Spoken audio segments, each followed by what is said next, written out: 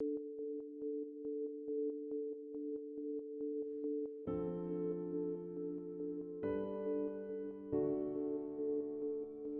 name is Chantal de Jonge Odraat. I'm the president of Women in International Security, also known as WISE. My name is Nadia Crevecouer. I am the senior program assistant at Women in International Security.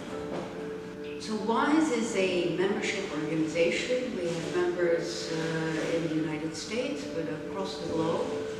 And our objective is really to promote the role of women in international affairs, broadly defined, in international security. The organization is open to all genders. Obviously, we have a majority of women members, but we also welcome men, young and old, particularly if they subscribe to the mission of WISE, which is to promote the role of women in international peace and security. WISE is a fantastic network. I really think on the network aspect of things, because that's truly what's unique about the organization. It first started with a couple of women around a kitchen table talking about how a lot of the women were doing the work, but a lot of the men were taking the credit. So just from these handful of women, they created an international network of over 7,000 members, which I think is very impressive. Yeah, and we organize roundtables, we do research, we have publications, we do professional development, skills building sessions. Everything under the sun. Everything under the sun. So one of the major programs that WISE works on is around and about the Women, Peace and Security agenda. And the Women, Peace and Security agenda was really started now almost 20 years ago by the adoption of a UN Security Council resolution called 1325, UN Security Council Resolution 1325. And the idea at that time behind this agenda is, there are really sort of two main ideas behind this agenda. One is about participation, the other is about protection. When we're talking about international peace and security issues, it is really very important that everybody is involved, and that women in particular are involved in these negotiations and decision-making processes. Because up until now, when you're looking at international peace and security negotiations, most of the time the people around the table are men.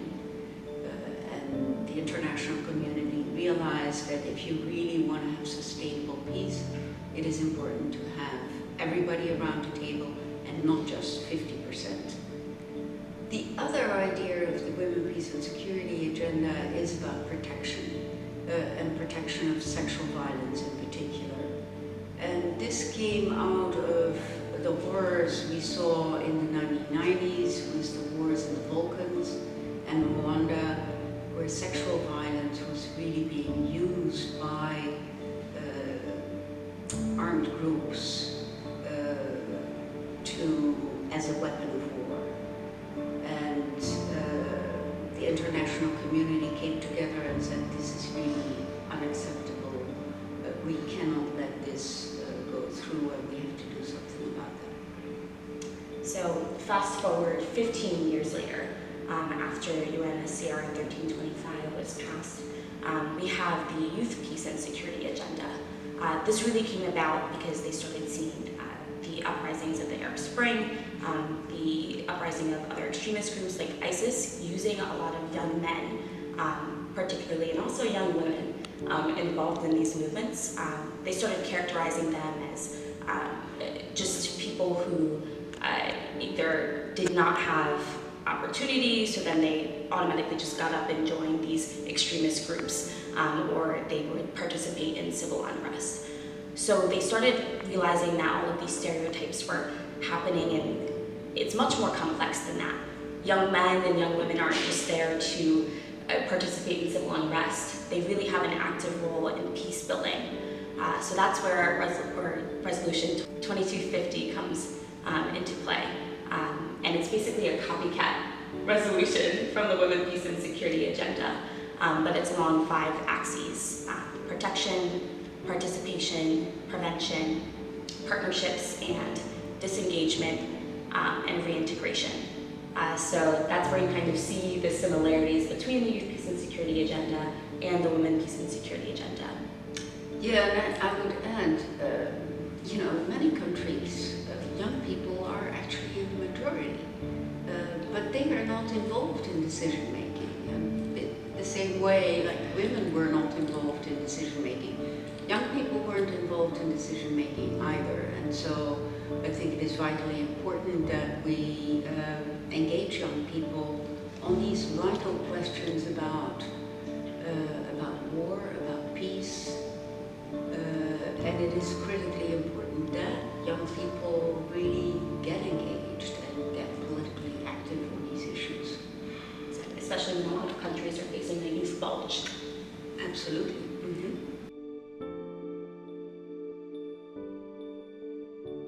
So looking at the intersection of WPS and YPS, why is it important for us to look at the intersection of those two agendas? Where do young women fit in? And really, young women are a crucial part of both agendas, but they're often left out. So when we talk about young women being left out, or young people being left out of the policy-making table, if you include young people, it's often a young man. Or when we talk about just people of age who are in the policy sphere, when we talk about women who are left out, oftentimes it's young women who are not at the peace table. We find that young women typically face a multiplier effect. So they lose out twice. So not only are they excluded because they're a woman, but also in the pecking order, they're usually at the bottom of this pecking order, this political structure, because they are young and both are women. Yeah, I think it is vitally important that we have young women at the table as well. And as Nadia said, even within the Women, Peace and Security agenda, we often leave the young women out. We should be critical of our own actions and realize that it is vitally important that we engage with young women as well on these critical issues related to international peace and security.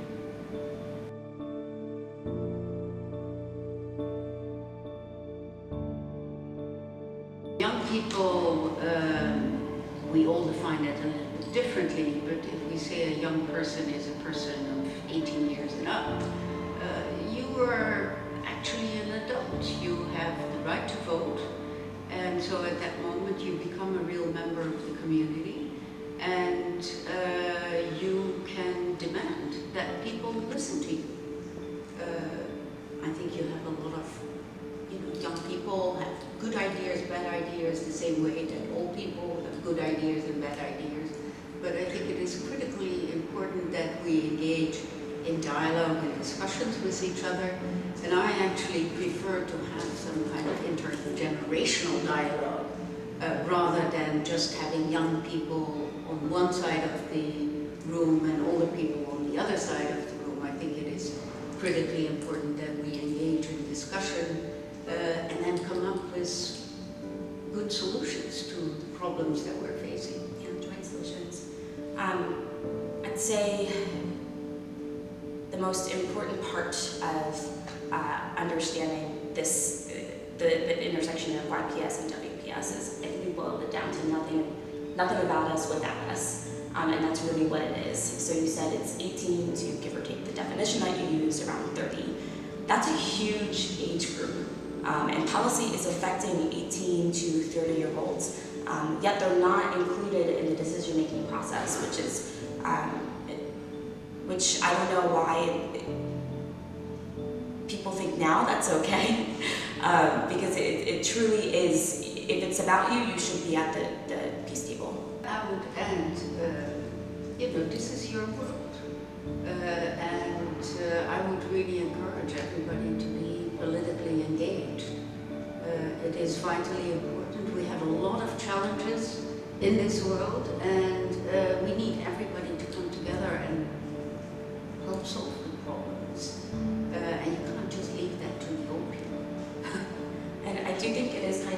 wanting to think about this in an international level. I think especially youth helped me realize it's really what you do in your community. So if everybody just thinks about it, thinks about this agenda, about what they're doing in their community to make everyone's lives better, to combat transnational problems like climate change, if you focus on it on a micro level, what am I doing every day to impact my members of my community? That's really the best way, I think, to approach this agenda, or these agendas.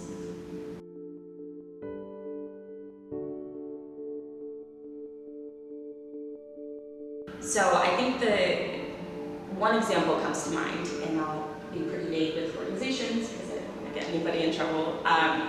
But I part of my work in college, I'm the co-president of a women's organization that was formed after the 2017 Women's March.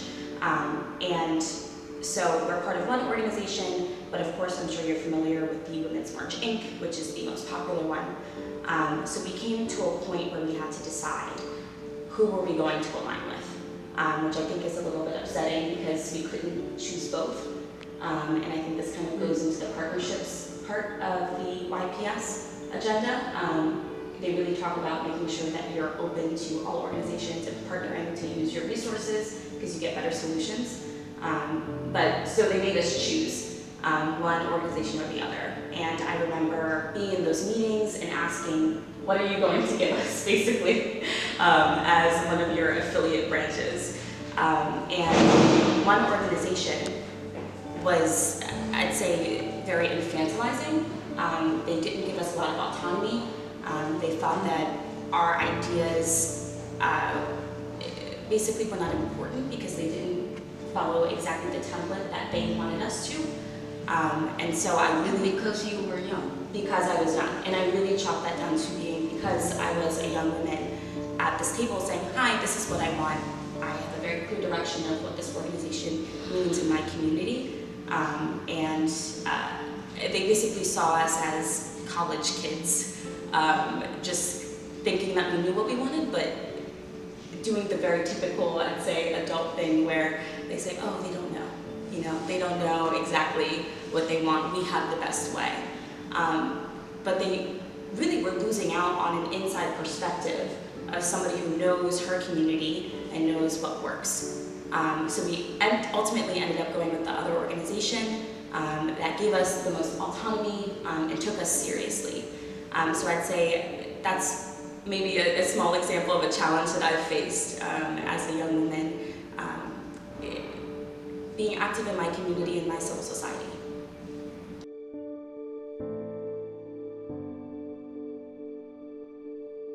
So I think the biggest change is looking at equity, making sure that we're going across all identities in all socioeconomic classes when we elevate young people's, especially young women's voices. So for example, we were recently at an event and this very inspiring young woman came up and gave this excellent speech. And I don't want to take away from her, she was amazing. And she said she was doing an internship program with Cory Booker and she was only 16 years old. And I go, wow, that's amazing. This is truly impressive. And so she said the internship program was through her school and that she learned about getting active in politics because of this program. Shall we know the program? No, okay, because of this program that went in her school. And so then I did some research on my phone at the table, and I looked at the high school because I wanted to see what high school was offering these amazing programs and opportunities, an opportunity for young people to have their voices heard and really what the Youth Peace and Security Agenda is talking about. And I saw that the tuition for the school was $62,000, and it was a private institution and it was a boarding school, and so I also have to own my privilege in this. I come from a very private, prestigious university, but that really made me think the people whose voices that we're elevating come from a certain tax bracket. And we need to expand these programs to other schools. You know, where is this program or the internship program or the political training workshop that she did? in the public school right across, the street or the other side of the train tracks? Where are these programs for these schools? And in my experience, you don't find them. And so I think for this movement, the change that I want to see is having these programs and opportunities expanded to different members of our society.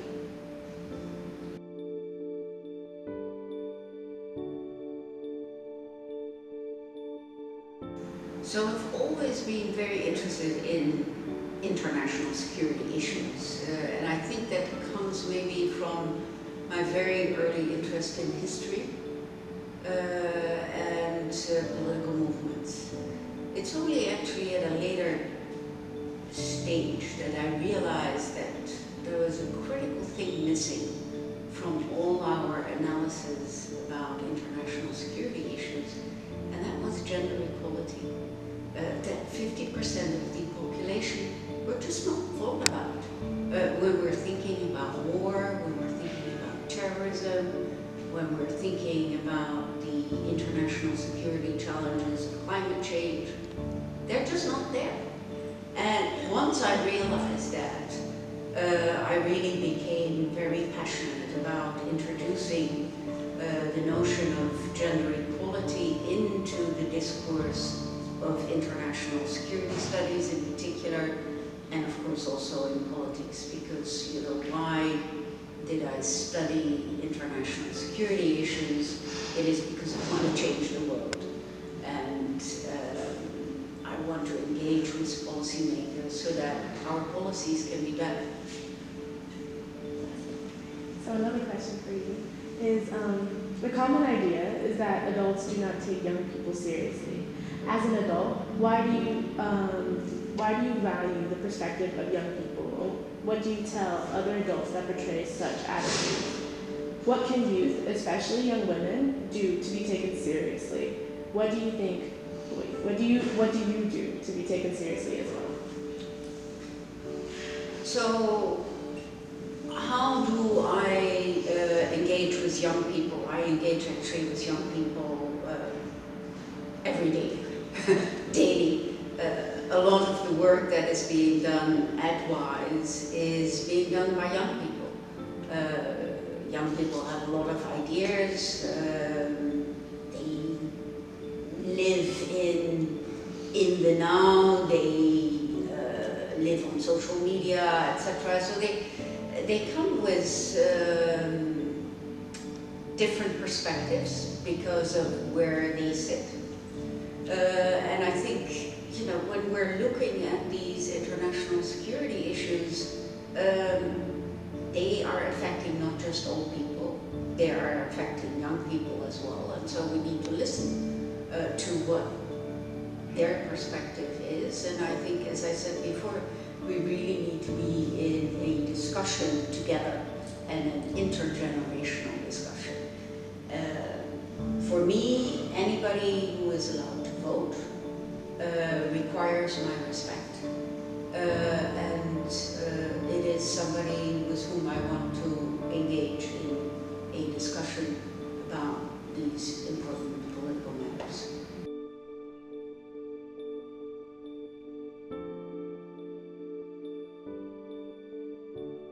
Going back in time, don't hesitate, don't auto-censor yourself. And I think women in particular, and particular women of my generation, I think we have a tendency of auto-censoring ourselves, saying, well, this is not really for me, or society doesn't think that is for me. So an advice to my younger self would be even more fearless. I'm not sure my parents would agree with that, but that's a different story. Yes, I think I definitely echo a lot of the advice that you gave. The first would be to, yes, be fearless and trust. I'm talking to past to me, trust yourself more. I agree with the auto-censoring or always wanting to say things 100% right. So if I wasn't sure that, maybe this one part, I wasn't sure about it, I just wouldn't say it at all. And I would auto-censor myself because I I didn't want to either look dumb or think that I didn't have the answer, or I wasn't comfortable with saying, I don't know at the end, which is what I do now. You know, I don't know everything, but this is what I think, and correct me if I'm wrong, but here's what I have to offer. I'd go back and tell myself to do that more, because the thoughts that you have in your head, a lot of times I would see like somebody next to, or like 2 people down the line, like an older man, say the same exact thing, and then I'm like thinking, oh, I should have said that, you know, that would have been a good thing to say, but I auto-censored myself. And to be fearless, and so looking back, you know, in the first years of my undergraduate career, because I'm in very reflective mode now as I prepare to graduate, I would say to be comfortable with creating partnerships with your professors and having more of an intergenerational approach. I think I was scared off a lot of the time, because if they seemed, you know, like they had more knowledge than me, or more experience, or better, or whatever, I would just be very introverted and seek out somebody who I thought was like the same level. But I would tell my younger self to just be fearless with that and go talk to people. Even if you think that they have more knowledge, that's great, because why wouldn't you want to talk to them if they have more knowledge than you? Because you get more out of the conversation. So that's what I would tell my younger self. Those are all the questions that I have. Chantal de Jonge Odraat. And Nadia